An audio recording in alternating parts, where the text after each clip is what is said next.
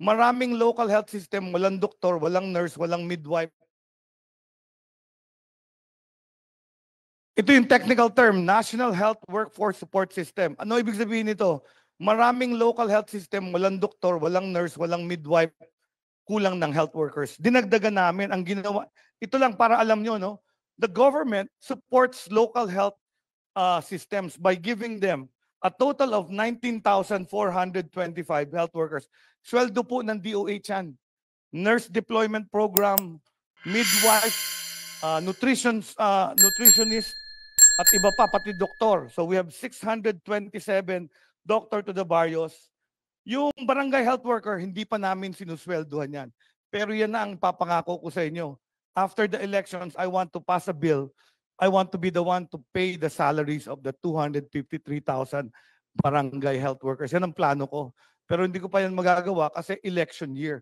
After the election, hahanap ako ng congressman at senator na tutulong akong ipasa yan. Na-compute ko na kung magkano yung isang sweldo sa kanila at kung magkano yung budget na ilalaan. 627 doctor to the barrios. Nung araw, nagre-recruit, nung panahon na tinayo ito ni Flavier, nagre-recruit pa siya. Ngayon, I am turning away doctors kasi kulang yung slots ko. I need to increase it. In fact, nakausap ko na si chairman ng CHED, Prospero de Vera, kasi padami yung medical graduate from the state universities and colleges. So 22 SUCs na may medical schools. Pag nag-graduate yan, yung 22, that's easily times 100, 2,000 doctors that will have to serve in government. So di-deploy ko sila at i-hire ko sila. So ito yung number ng local government units. Usually ang tinutulungan namin 5th class, 6th class municipality at yung mga nasa geographically isolated, yung mga nasa malalayo na walang doktor na gustong pumunta sa kanila. So this has been a great support program. At this is part of a master plan.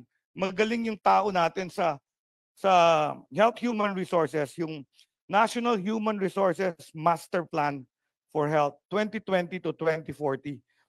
Kasi po nauubos ang ating health workers. Yung last cabinet meeting namin last month, pinag-usapan na yung radiology technician kasi nauubos din. Hinahire sila sa ibang bansa. Medtech, ganun din. Hindi lang nurse ang kinukuha ng ibang bansa. So we need to start thinking of ways to retain these people.